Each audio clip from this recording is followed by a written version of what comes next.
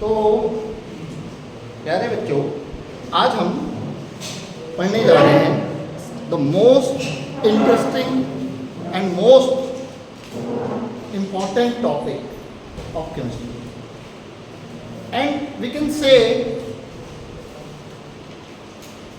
कि जो भी चीज़ें समझने वाली होती हैं on the basis of imagination, imagine करना होगा, वो चीज़ें जितनी आसान होती हैं उतनी ही कठिन भी होती हैं। अगर आप इमेजिन नहीं कर पाए, कुछ गलती कर गए, तो आपको कभी समझ में नहीं आएगा, कुछ भी समझ में नहीं आएगा। ठीक, तो बड़े ध्यान से और बड़े शांति के साथ आप लोग सुनेंगे, मुझे उम्मीद है, और आप पूरे इस टॉपिक को एंजॉय करेंगे। तो आज हम पढ़ने वाले हैं stereo chemistry, right. Stereo chemistry is related topic to isomerism. इसी को स्टीरियो केमिस्ट्री को कई बार हम स्टीरियो आइसोमेरिज्म भी कह देते हैं। स्टीरियो आइसोमेरिज्म, केमिकल कंपाउंड्स में जब हम स्टीरियो आइसोमेरिज्म का स्टडी करते हैं, that is called stereo chemistry. ठीक है, कंपाउंड्स की स्टीरियो आइसोमेरिज्म की डिस्कशन जब चल रही होगी तो we will talk about stereo chemistry, right. अब इसमें हम क्या क्या पढ़ेंगे? सबसे पहले तो पढ़ेंगे आइसोमेरिज्म है क्या है, एक्चुअली होता क्या है। जो मुझे लगता है अब तक के टीचिंग एक्सपीरियंस से कि आप लोग ऊंचा ऊंचा तो सब पढ़ जाते हैं, नीचे का सब भूल जाते हैं, सब इवन या छोड़ देते हैं। ठीक है, जो बड़ा ही दुर्भाग्यपूर्ण है, बड़ा ही विध्वंसक टाइप का भी होता है, मतलब कि आपको आते हुए भी कुछ नहीं आता है। अगर आपको स्टीरियो केमिस्ट्री आ गई, लेकिन आपने किसी से पूछ दिया, आपसे किसी ने पूछा कि व्हाट इज आइसोमेरिज्म, और आप नहीं बता पाए, खत्म। सो प्लीज टेल मी बेटा, what is isomerism?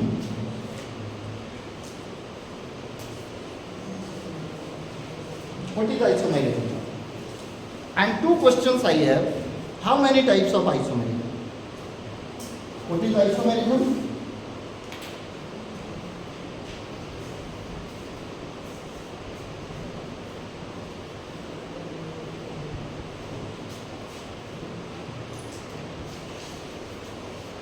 How many types of isomerism? Anyone can tell? Isomerism किसे कहते हैं? कोई पढ़ा नहीं है? पढ़ा है? सुना है? पढ़ा नहीं भी हो सकता है, वैसे जरूरी नहीं है पढ़ा हो सकता है। पढ़ने की आदत तो खत्म हो चुकी है ना, खाली वीडियो देख लिया और एग्जाम दे दिया वाला हो रहा है आजकल। स्ट्रक्चर एक जैसा हो और भौतिक गुण अलग अलग कह सकते हैं, थोड़ा इनकम्प्लीट है लेकिन कह सकते हैं। ऐसे दो मॉलिक्यूल्स, स्ट्रक्चर एक जैसा नहीं कहना थोड़ा गलत हो जाता है, ठीक है।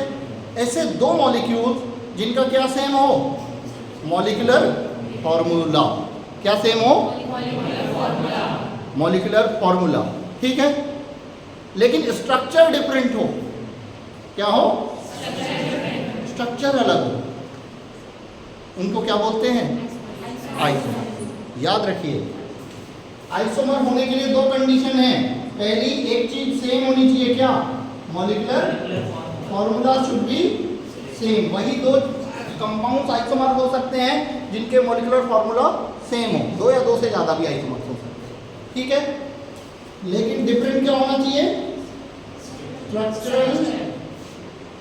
Structural formula. ये हमेशा याद कर लीजिए बेटा, दिस शुड बी डिफरेंट, ठीक है। इनको आइसोमेरिज्म कहते हैं। मतलब दो, फॉर एग्जांपल हम देख लेते हैं, for example C2H6O, this is molecular formula, जिसमें खाली हम एटम्स का नंबर शो करते हैं कि कौन से एटम कितने हैं। जैसे कार्बन कितने हैं, हाइड्रोजन कितने हैं, ऑक्सीजन कितने हैं मॉलिक्यूल के अंदर, ठीक है। उस तरह के फॉर्मूले को हम कहते हैं क्या, मॉलिक्यूलर फॉर्मूला, जिसमें हम स्ट्रक्चर डिटेल में दिखाते हैं, उसको हम बोलते हैं स्ट्रक्चरल फॉर्मूला, ठीक है। तो मैं बड़ा शुरू से शुरू करता हूँ बेटा, कभी भी मेरी आदत है, क्योंकि शुरू से पता ना हो चीज़ें तो मामला सब खराब। थोड़ा टाइम जाता है उसमें, टाइम ज़्यादा लगता है मुझे, आप लगता ही होगा, मुझे यूनिट को आगे तक ले जाने में टाइम लगता है। पहली क्लास तो ऐसे ही जाती है लगभग इंट्रोड्यूस करने में, ठीक है, वो ज़रूरी है, क्योंकि हम चढ़ना शुरू करते हैं ना तो नीचे से ही चढ़ना चाहिए ऊपर, है ना, सीधे छलांग ऊपर नहीं लगानी चाहिए, गिरने का चांस ज़्यादा होता है ना। तो C6 C2H6O CH3 CH2OH, right, CH3O CH3, structure different हो गए ना, स्ट्रक्चर क्या हो गए, डिफरेंट, लेकिन मॉलिक्यूलर फॉर्मूला सेम। तो इन दोनों को क्या कहेंगे एक दूसरे का, आइसोमर्स, आइसोमर्स, ठीक है। तो आइसोमेरिज्म किसे कहेंगे, the phenomena when two compounds have same molecular formula but different structural formula are called isomers, and this phenomena is known as isomerism. ये घटना जो है क्या कहलाती है, आइसोमेरिज्म, ठीक है। तो आइसोमर्स क्लियर हो गया। सेकंड मेरा क्वेश्चन रह गया क्या, how many types of isomerism is there, कितने तरह का आइसोमेरिज्म होता है, दो तरह का, पक्का दो, क्या क्या, एक स्ट्रक्चरल और एक स्टीरियो, वेरी नाइस, ठीक है। ये ऐसे आंसर्स मुझे बहुत कम जगह से क्लास में मिलते हैं। कई लोग कहते हैं 5 होते हैं, कोई कहता है 4, कौन से चेन पोजीशन ये वो याद रहते हैं ना, नहीं, isomerism is only of 2 types, isomerism is of 2 types. ये बिल्कुल, ये जो चीज़ मैं आज बता रहा हूँ ना, इसको हमेशा दिमाग में फिट रखिएगा बेटा, कई सारे कॉन्सेप्ट्स आपके क्लियर होंगे आज की चीज़ से, ठीक। तो पहला है क्या, स्ट्रक्चरल आइसोमेरिज्म, और दूसरा है stereo isomerism.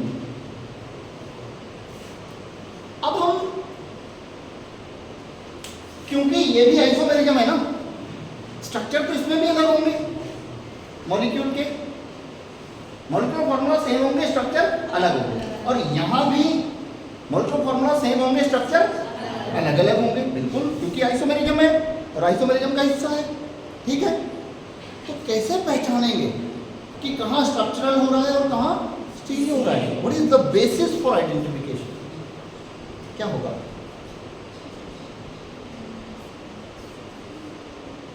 Any idea, no idea, anyone, क्योंकि ये सब पहले आप लोग पढ़ के आए हो, आप लोग बीएससी कर रहे हो, ये सब पहले पढ़ के आए हो थोड़ा थोड़ा मोटे तौर पे, तो क्या आपके माइंड में कोई परसेप्शन भी है, ये खाली पढ़ के ही आए हो, मैं ये देखना चाहता हूँ, ठीक है। कोई किसी की परीक्षा नहीं है, बस ये मैं देखना चाहता हूँ किसी को कुछ पता है इस बारे में, हाँ, नहीं, बोलो बोलो बेटा, कोई दिक्कत नहीं, बोलो। सर इनका मॉलिक्यूलर फॉर्मूला सेम होता है, बट इनका, हाँ, मॉलिक्यूलर फॉर्मूला दोनों में सेम होगा, मॉलिक्यूलर, भाई आइसोमेरिज्म होने के लिए, आइसोमर्स होने के लिए एक तो डेफिनेट सी कंडीशन है कि जो भी आइसोमर्स होंगे उनका मॉलिक्यूलर फॉर्मूला सेम होना चाहिए, और स्ट्रक्चरल फॉर्मूला डिफरेंट होना चाहिए। यहाँ तो ठीक है, एक एग्जांपल भी दे दिया, molecular formula same, structural formula different, ठीक है। तो how we will differentiate between structural isomerism and stereo isomerism, एक एग्जांपल देता हूँ, ठीक है, एग्जांपल से आपको समझ में आ जाएगा। जैसे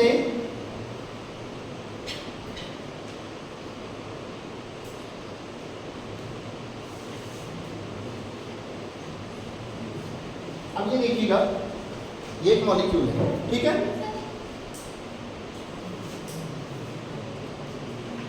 बिना नॉइस किए बैठ जाऊंगा,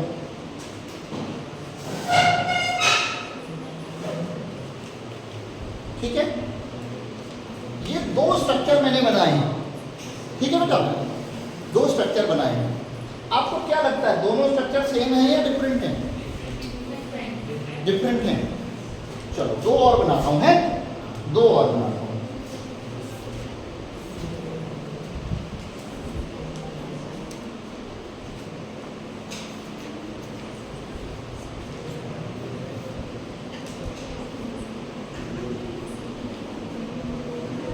आप बताइए ये दो, देखो ये है 1, बाकी बेटा ये है 2, ये आपने कहा these two are different। अभी मैं कुछ नहीं जानता हूं, ये मानिए आप लोग जानते हो, आप बताओगे, ठीक है, क्योंकि मुझे आपको सिखाना है, हैं? तो ये दोनों डिफरेंट हैं, तो इनको बताइए ये दोनों सेम है डिफरेंट हैं? डिफरेंट हैं। कितने लोग एग्री करते हैं सेम है? अब मैंने डाउट में डाल दिया था, कुछ लोग सेम भी कह सकते हैं, मैं ऐसे ही कंफ्यूज करता हूँ। डिफरेंट है। देखो जो मैंने यहाँ किया था, क्या किया था, HOH पलट दिया था, वही मैंने यहाँ भी किया है। तो आप क्या कहते हैं, डिफरेंट है सेम है? अगर डिफरेंट ही होते तो मैं लिखता ही नहीं, वो सेम है। बोले यार ये तो पागल आदमी है, क्या कह रहा है, झूठ बोल रहा हूँ क्या मैं? नहीं, मैं सच बोल रहा हूँ, ठीक है। These two are, this 3 and 4 are what? Same। ये सेम है। अब ये क्या खेल हो गया, जो काम मैंने यहाँ किया और कहा डिफरेंट है, वही काम मैंने यहाँ किया, मैं कह रहा हूँ सेम है। तो ये कंफ्यूजिंग नहीं है कि कैसे हम कहेंगे कि दो स्ट्रक्चर सेम है और कैसे हम कहेंगे कि दो स्ट्रक्चर डिफरेंट है। ये भी हम बात करेंगे आगे, ठीक है। तो स्टीरियो इतनी इंटरेस्टिंग है, अब आप इतना तो माइंड में सेटअप बना लीजिए कि बहुत मज़ा आने वाला है, बहुत कुछ नया जानने वाले हो, नया समझने वाले, ठीक है, मज़ा आएगा। आएगा। अब यहाँ ये तो आइसोमर हो गए ना, ये हो गए होमोमर। क्या हो गए? होमोमर, ठीक है। ये क्या हो गए? होमोमर्स हो गए। ऐसे दो स्ट्रक्चर जो आपको डिफरेंट लगते हो फिर भी सेम निकले, तो उनको क्या बोलते हैं? होमोमर, मतलब एक साथ मरो, है? वो एक ही मॉलिक्यूल के दो स्ट्रक्चर होते हैं, मॉलिक्यूल एक ही होता है। होमोमर का मतलब ये है कि एक ही मॉलिक्यूल को आपने दो अलग अलग तरीके से लिखा हुआ है, एक ही है, लेकिन ये एक नहीं है। दीज आर आइसोमर, ठीक है। These are what? आइसोमर, ठीक है। अब इन दो आइसोमर्स और इन दो आइसोमर्स में आपको क्या अंतर लगता है? इन दो में और इन दो में क्या अंतर लगता है? सिमेट्रिकल अरेंजमेंट किसमें है? इसमें तो सिमेट्री है ही नहीं बच्चे। अरेंजमेंट,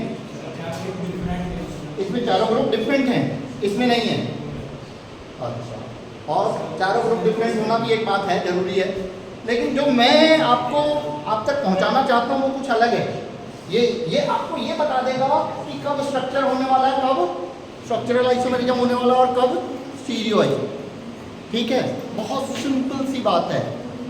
इन दोनों में आप गौर करिए, ये आपने कहा मॉलिक्यूलर फॉर्मूला सेम है, स्ट्रक्चरल फॉर्मूला डिफरेंट है। कैसे डिफरेंट है?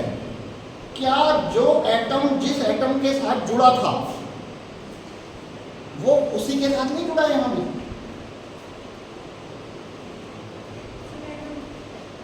जो एटम, यहां देखिए आपने HOH को तो बदला, HOH इस कार्बन के साथ थे ना, तो यहां किसी और दूसरे कार्बन के साथ चले गए क्या? नहीं गए, उसी के साथ है, बस अदला बदली हो गई है, लेकिन है उसी के साथ, जिसके साथ थे। जो चीज जिसके साथ थी वो उसी के साथ है, लेकिन क्या यहां भी ऐसा? यहां ऐसा नहीं है। जो जिसके साथ था वो उसके साथ अब नहीं है, यानी कि सबने साथी बदल दिए। यहां ऐसा होता है। अगर आइसोमेरिज्म ऐसा हो रहा है कि आइसोमर्स तो बन रहे हैं लेकिन कनेक्टिविटी चेंज नहीं हो रही है, तो कैसा आइसोमेरिज्म होगा? और आइसोमर बन रहे हैं और कनेक्टिविटी चेंज हो जा रही है, तो कैसा आइसोमेरिज्म होगा? Difference is what? क्या ध्यान देना है? Connectivity, right? Connectivity. If isomers are formed, even connectivity remains same. Connectivity क्या रहती है? सेम. आइसोमर्स तो बन जाते हैं लेकिन कनेक्टिविटी चेंज नहीं होती है, तो आइसोमरिज्म कैसा होगा? स्टीरियो. और अगर कनेक्टिविटी डिफरेंट हो जाती है तो कैसा आइसोमरिज्म होगा बच्चे? Structural isomerism. Any doubt? No doubt. एक एग्जांपल और दे देता हूं, ठीक है? स्ट्रक्चरल का तो एग्जांपल आपने देख लिया, स्टीरियो का एक एग्जांपल और देता हूं, ठीक है? देखिए, इंटरेस्टिंग हो रहा है, समझ में आ रहा है? देखो, CH3 C double bond C CH3 H and H, ये मॉलिक्यूल का एक स्ट्रक्चर है, ठीक है? और दूसरा स्ट्रक्चर क्या बना है इसका?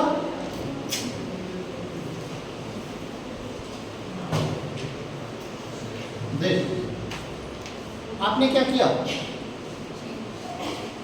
खाली इस ग्रुप में पोजीशन बदली है. क्या बदली है? पोजीशन. कनेक्टिविटी नहीं बदली है. कैसा आइसोमेरिज्म होगा? Right? We make the isomers by changing only the position in 3D. क्या बदलते हैं? Position in 3D, but not connectivity. Then it is. ऐसा हम नहीं कर सकते कि इस CH3 को इधर लगा दें तो क्या चेंज हो जाएगी? कनेक्टिविटी. कनेक्टिविटी चेंज नहीं करनी है, उसको उसी के साथ रखना है. ऐसा कर दे कि इस कंधे को उखाड़ के इधर लगा दे, इसको इधर लगा दे, लेकिन रहेगा वो गर्दन के ऐसे नीचे नहीं लगा सकते आप. तो क्या चेंज हो जाएगी? कनेक्टिविटी चेंज हो जाएगी. आप समझ गए बात? नहीं समझे? तो ऐसे करके आपने स्टीरियो आइसोमेरिज्म को समझना. समझ गए ना? तो स्ट्रक्चरल क्या है, स्टीरियो क्या है. अब स्टीरियो में हम आगे बढ़ते हैं.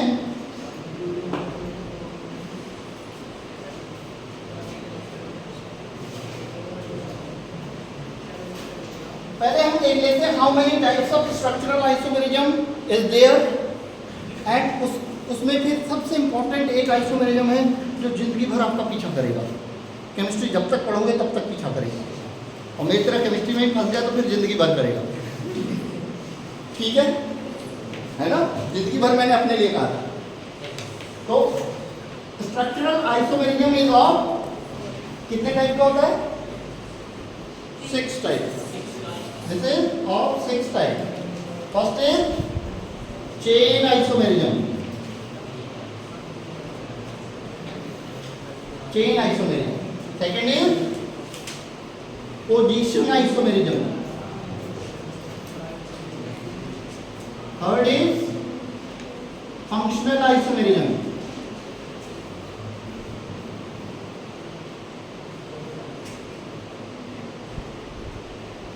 Fourth is metamerism. Fifth one is tautomerism. and the sixth one is ring chain isomerism.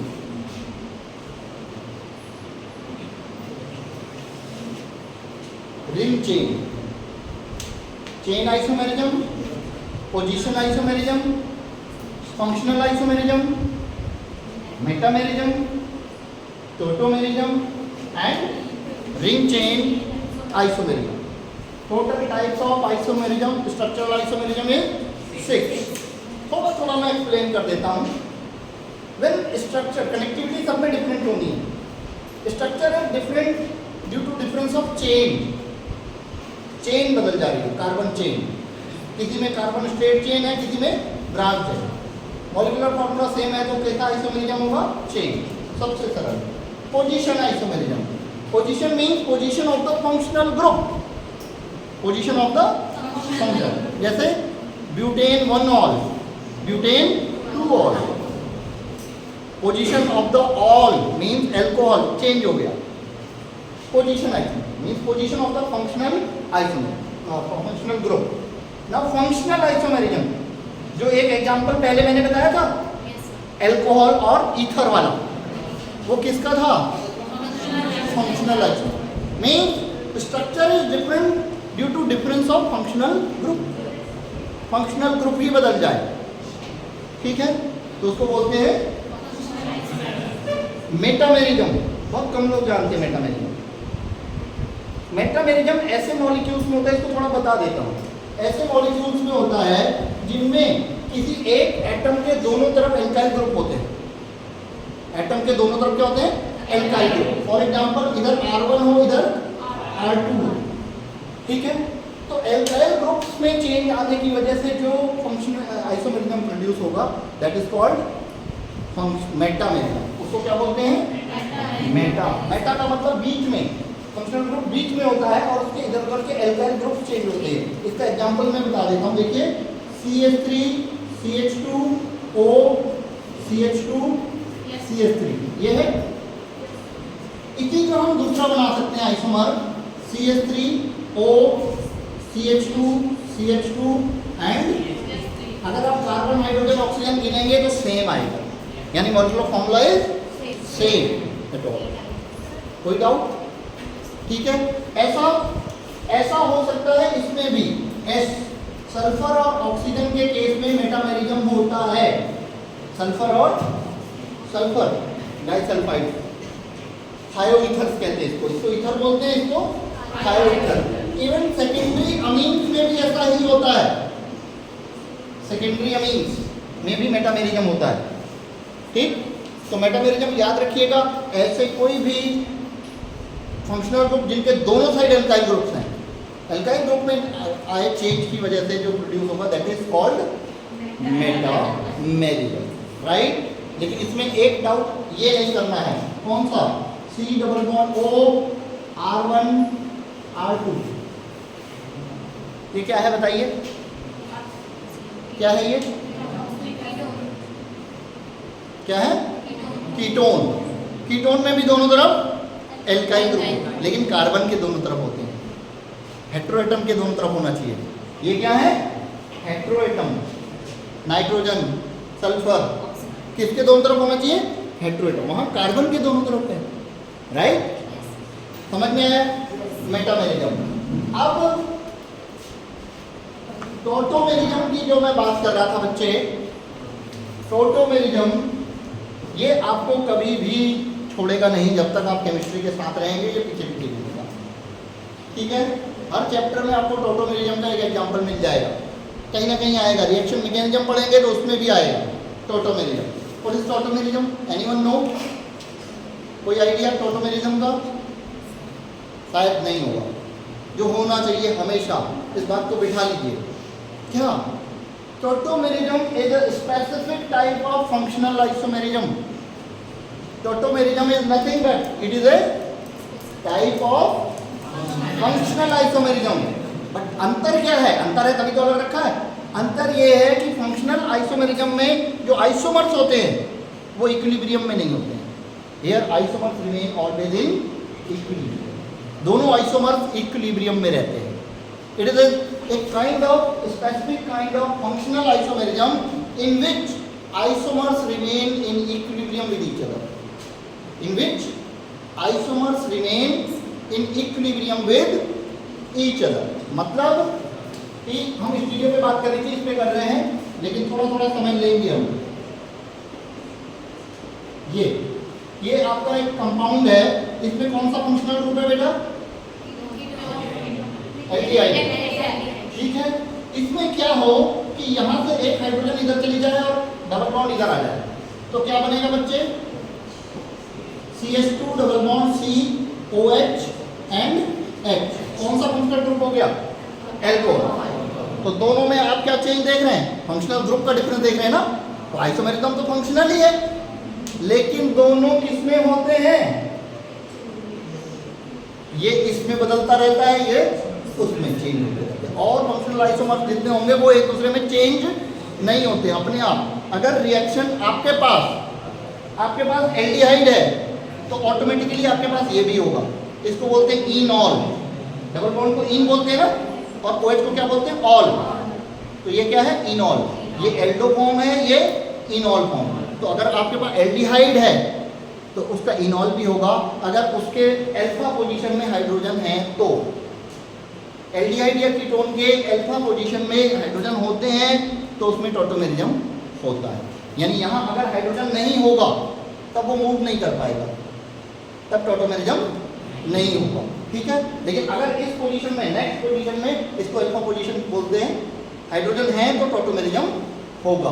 तो ये कई जगह आपको जब एल्डिहाइड कीटोन्स पढ़ोगे तो ये तो टॉटोमेरिज्म आपको पढ़ना ही पड़ेगा, कीटोन और टॉटोमेरिज्म, ठीक है। तो याद रखिएगा टॉटोमेरिज्म। अब हम आगे बढ़ते हैं। रिंग चेन इतना इंपॉर्टेंट नहीं है इसलिए मैं बात नहीं करूंगा। कई बुक्स में तो आपको रिंग चेन मिलेगा भी नहीं बेटा।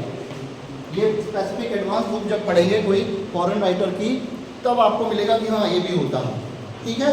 ऑर्डिनरी यहाँ की इंडियन बुक्स आप पढ़ेंगे मोटे तौर पे तो आपको आप कहोगे सर गलत पढ़ा रहे, होता है, ठीक है। यहाँ की बुक्स आप पढ़ेंगे तो आपको आइसोमेरिज्म कईयों में 4 भी मिल सकते हैं, 5 मिलेंगे, आगे की बात नहीं है, ठीक है। लेकिन मैंने कितने बनाए? 6, ठीक। Now how many types of stereoisomerism? Now we are move on to the track. हम अब सही ट्रैक पे आ गए हैं, अभी तक अलग बात कर रहे थे लेकिन वो भी जरूरी है, ठीक है, क्योंकि आइसोमेरिज्म ही है, सब पता होना चाहिए। How many types of stereoisomerism? कितने तरह का होता है बच्चे? अरे यार ये तो मैंने बना दिया है, बता सकते हो? 2 टाइप्स। क्या क्या? ज्योमेट्रिकल एंड ऑप्टिकल ही बताओगे आपको? नहीं, गलत। 2 तरह का होता तो है लेकिन ज्योमेट्रिकल ऑप्टिकल नहीं। 2 तरह का होता है आइसोमेरिज्म लेकिन ज्योमेट्रिकल ऑप्टिकल आइसोमेरिज्म नहीं होता है। दैट इज, मैं बता देता हूं, आपने शायद नाम सुना होगा कन्फर्मेशनल आइसोमेरिज्म। Conformational isomerism. और दूसरा होता है कन्फिगुरेशनल।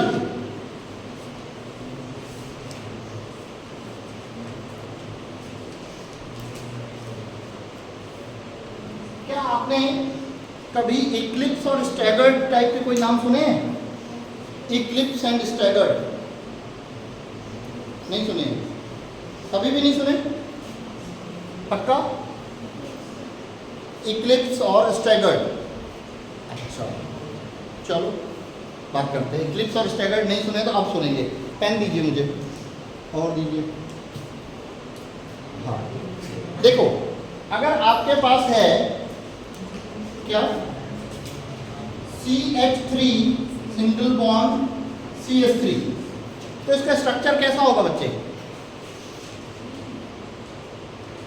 CH3 single bond CH3 tetrahedral होगा ना, ठीक है।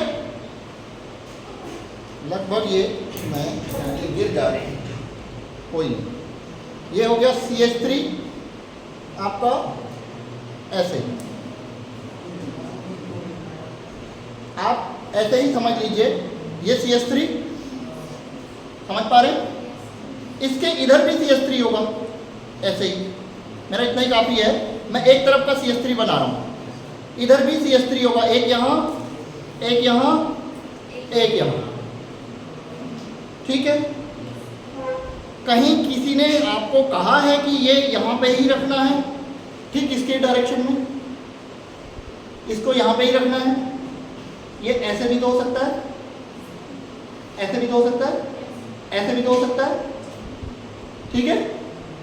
इसी को बोलते हैं इक्लिप्स एंड स्टैगर्ड। इसको मैं अब समझा देता हूँ आपको, कैसे समझाऊंगा देखिए, बहुत सिंपल सा है। ये आइसोमर्स होते हैं, इथेन के भी 2 आइसोमर्स बनते हैं जो स्टीरियो आइसोमर्स होते हैं। कैसे देखें, इथेन के 2 स्टीरियो आइसोमर्स बनते हैं। मैं CH3 ऐसे बना रहा हूँ, देखो ऐसे,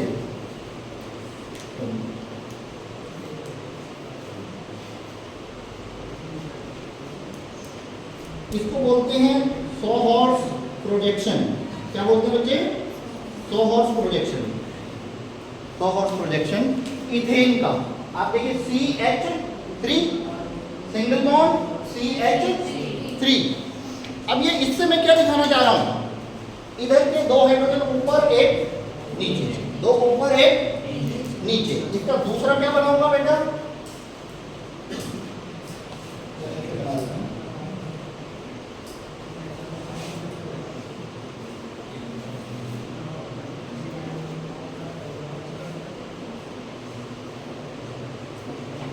देखो अब क्या है, क्या कर दिया मैंने चेंज, ऐसे था CH3 को ऐसे मानिए कि आप पेन दीजिए, ये कार्बन है और ये सिचुएशन है CH3, देखिए ये है सिचुएशन, ठीक है। इधर और इधर दो नीचे एक, इधर भी दो, एक ऊपर दो। इसको अगर हम घुमा दें, नीचे के दो हाइड्रोजन ऊपर कर दें, ऊपर का हाइड्रोजन नीचे, तो ये उस जगह पे आएगा जहां इधर कुछ नहीं है, ऐसे, और इधर ये दोनों बीच की पोजीशन में। तो जो ऐसी वाली सिचुएशन होती है उसको बोलते हैं स्टैगर्ड, और इसको बोलते हैं इक्लिप्स। इक्लिप्स का मतलब क्या हुआ? इक्लिप्स का मतलब हुआ बिल्कुल ढक लेना एक दूसरे को, eclipsing situation.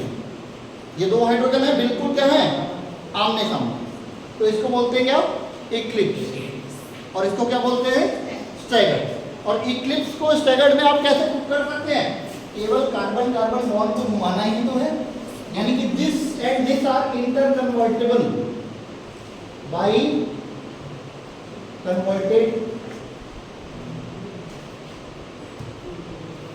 Bye carbon carbon bond rotation, carbon carbon bond rotation, यानी कि जो दो ऊपर थे इधर वाले को घुमा के आपने क्या कर दिया, नीचे। तो ऐसे दो आइसोमर जो बॉन्ड रोटेशन से एक दूसरे में चेंज हो जाए, जो क्या हो जाए, बॉन्ड रोटेशन से एक से दूसरे में बदल जाए, उनको क्या बोलते हैं, कन्फर्मेशनल आइसोमर। क्या बोलते हैं? कन्फर्मेशनल और कन्फिगरेशनल में फर्क यही है, conformational are interconverted by CC bond rotation, while configurational cannot be converted by CC bond rotation। मतलब समझिएगा, मैंने आपको वो HOH वाला एग्जांपल दिया था पहले, उसको आप देखिए अपनी कॉपी में और सोचिए कि क्या बॉन्ड को घुमा के उसमें बदला जा सकता है एक दूसरे में? वहाँ बॉन्ड घुमाने का ऑप्शन ही नहीं है। आप देखिए कॉपी में वाला स्ट्रक्चर बनाया है अगर, तो क्या ये वाला ना, आप देखिए यहाँ बना देता हूँ मैं, COOH, OH, H and CH3।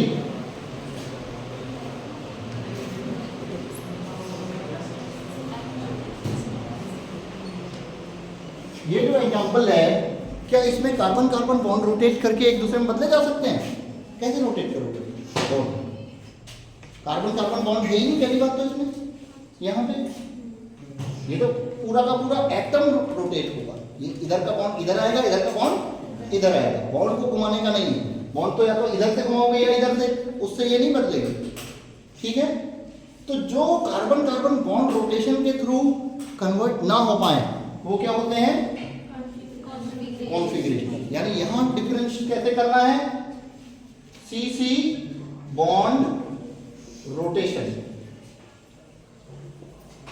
If possible, and isomers में पॉसिबल है यस तो कंफर्मेशनल, नो तो अगर CC बॉन्ड रोटेशन के थ्रू आइसोमर्स बन जा रहे हैं तो कंफर्मेशनल, और नहीं बन रहे तो configuration, right. Now configurational isomerism is of two types, configurational isomerism is of two types. What are these?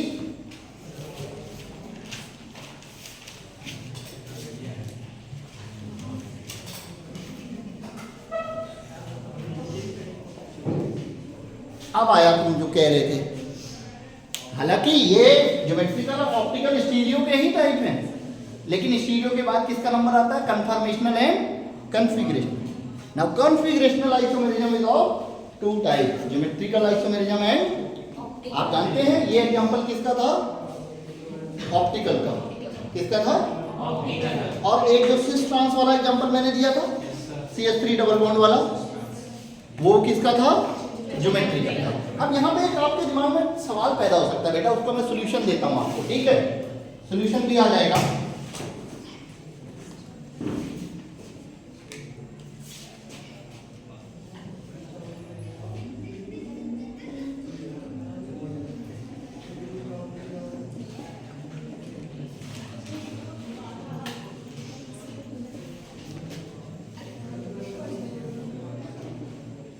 ये बताइए कि आपको ये ऐसा लग रहा होगा कि ये बॉन्ड घुमा दें तो ये बन जाएगा, ऐसा लगेगा ना कि ये बॉन्ड को घुमा दें, यानी कि CH3 नीचे कर दें, H ऊपर कर दे, तो बॉन्ड को घुमा के ही तो होगा, है ना। तो क्या मैंने गलत कह दिया कन्फर्मेशनल और कॉन्फ़िगरेशनल, क्योंकि ये तो कॉन्फ़िगरेशनल ही है, क्योंकि जहां डबल बॉन्ड लग गया वहां बॉन्ड रोटेट ही नहीं कर हो सकता। जहां जब तक सिंगल बॉन्ड है बॉन्ड कैन रोटेट। इसको ऐसे ही समझिए कि अगर इस ब्लैक बोर्ड में यहाँ पे एक ही कील ठोकी होती तो इसको घुमा सकते थे आप, यदि 2 कील ठोक दी फिर कहानी खत्म, फिर आप घुमा नहीं सकते। यानी कि यहाँ रोटेशन क्या है, सॉरी रेस्ट्रिक्टेड है, रोटेशन क्या है, रेस्ट्रिक्टेड है, ठीक है। तो याद रखिएगा कन्फर्मेशनल आइसोमेरिज्म के लिए, बॉन्ड घुमाने के लिए, जहां कार्बन कार्बन बॉन्ड है वहां बॉन्ड घूम ही जाएगा, वहां कन्फर्मेशनल आइसोमेरिज्म हो ही जाएगा। एक ही मॉलिक्यूल है जिसमें कन्फर्मेशनल आइसोमेरिज्म नहीं हो सकता, CH4, क्योंकि इसमें कार्बन कार्बन बॉन्ड है ही नहीं, तो कन्फर्मेशनल कहां से होगा, बॉन्ड घुमाना है ना, तो घूमेगा ही नहीं। बाकी जितने भी कार्बन कार्बन वाले बॉन्ड हैं उनमें कन्फर्मेशनल आइसोमेरिज्म जरूर होगा, क्योंकि बॉन्ड है तो घूमेगा ही, घूमेगा तो आइसोमर्स बनेंगे, क्लियर। लेकिन ये हमेशा हो कन्फिगरेशनल, ये जरूरी नहीं है। इसके लिए चाहिए होता है आपको स्टीरियोजेनिक सेंटर। क्या चाहिए होता है, for this and her molecule में कन्फिगरेशनल आइसोमेरिज्म होना जरूरी नहीं है, उसी मॉलिक्यूल में कन्फिगरेशनल आइसोमेरिज्म होगा जिसमें स्टीरियोजेनिक सेंटर होगा, ठीक है। स्टीरियोजेनिक सेंटर दोनों में अलग अलग होते हैं, ज्योमेट्रिकल में स्टीरियोजेनिक सेंटर अलग होता है और ऑप्टिकल में स्टीरियोजेनिक सेंटर अलग है। ज्योमेट्रिकल में stereogenic centre is restriction of rotation, rotation को रोक दीजिए, ज्योमेट्रिकल आइसोमर्स बनने लग जाएंगे। जैसे हमने क्या किया, double bond is what, stereogenic centre. Double bond कहीं भी होगा तो जरूरी है कि वहां कन्फिगरेशनल आइसोमर्स बन सकते हैं, क्योंकि आपने क्या स्टीरियोजेनिक सेंटर देख लिया, क्या है वहां, रेस्ट्रिक्शन ऑफ रोटेशन। अगर रेस्ट्रिक्शन ऑफ रोटेशन है स्टीरियोजेनिक, यहां दोनों के लिए क्या चाहिए, स्टीरियोजेनिक सेंटर। यहां क्या होता है, रेस्ट्रिक्शन ऑफ रोटेशन, ROR लिख रहा हूं, रेस्ट्रिक्शन। और यहां क्या होता है, एसिमेट्रिक सेंटर या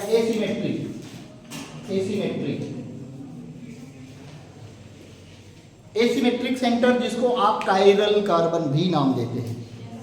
क्या नाम देते हैं, लेकिन वो सच में एसिमेट्रिक सेंटर होता है, क्योंकि कई मॉलिक्यूल ऐसे हैं जिनमें कायरल कार्बन होता ही नहीं है फिर भी ऑप्टिकल आइसोमेरिज्म होता है, और कई मॉलिक्यूल ऐसे हैं जिनमें 2-2 कायरल कार्बन होते हैं लेकिन ऑप्टिकल आइसोमेरिज्म नहीं होता है, क्योंकि उनमें एसिमेट्री का फर्क पड़ता है। एसिमेट्री अगर है तो फिर ऑप्टिकल आइसोमेरिज्म जरूर होगा। तो इसको हम कायरल सेंटर, कायरल कार्बन या एसिमेट्रिक सेंटर कहते हैं। क्या कहते हैं, एसिमेट्रिक। ज्यादा प्रॉपर जो टर्म है दैट इज एसिमेट्रिक सेंटर। अब हम कल ऑप्टिकल की ओर आगे बढ़ेंगे। What is optical isomerism, what are enantiomers, what are diastereomers, how many number of optical isomers are formed, if chiral carbons are there, without chiral carbon कैसे होता है, ये सब हम कल डिस्कस करेंगे। आई होप आपको समझ में आया होगा। हाँ, थैंक यू।